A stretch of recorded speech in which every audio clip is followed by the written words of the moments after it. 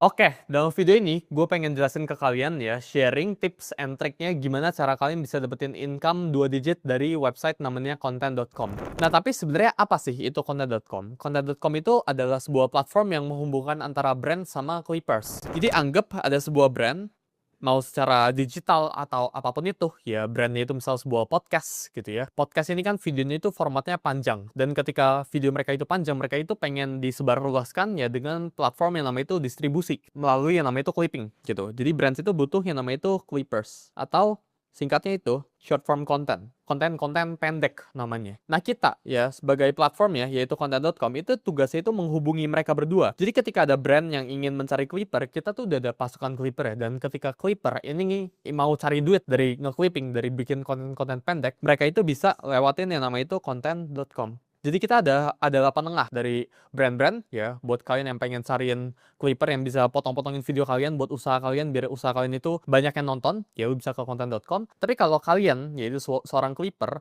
kan itu bisa ke content.com buat cari brand yang ingin di-clippingin kontennya. Jadi kita itu sebuah marketplace.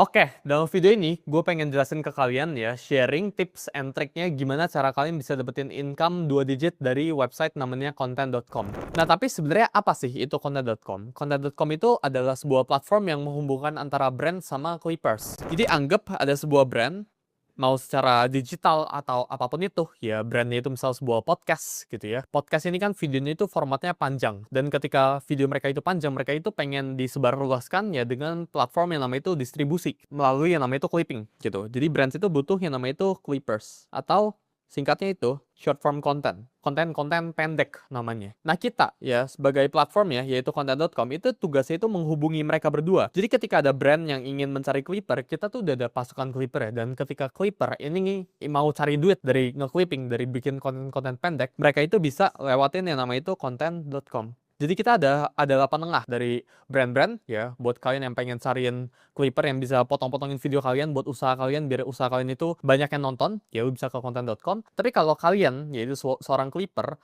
kan itu bisa ke content.com buat cari brand yang ingin di-clippingin kontennya. Jadi kita itu sebuah marketplace.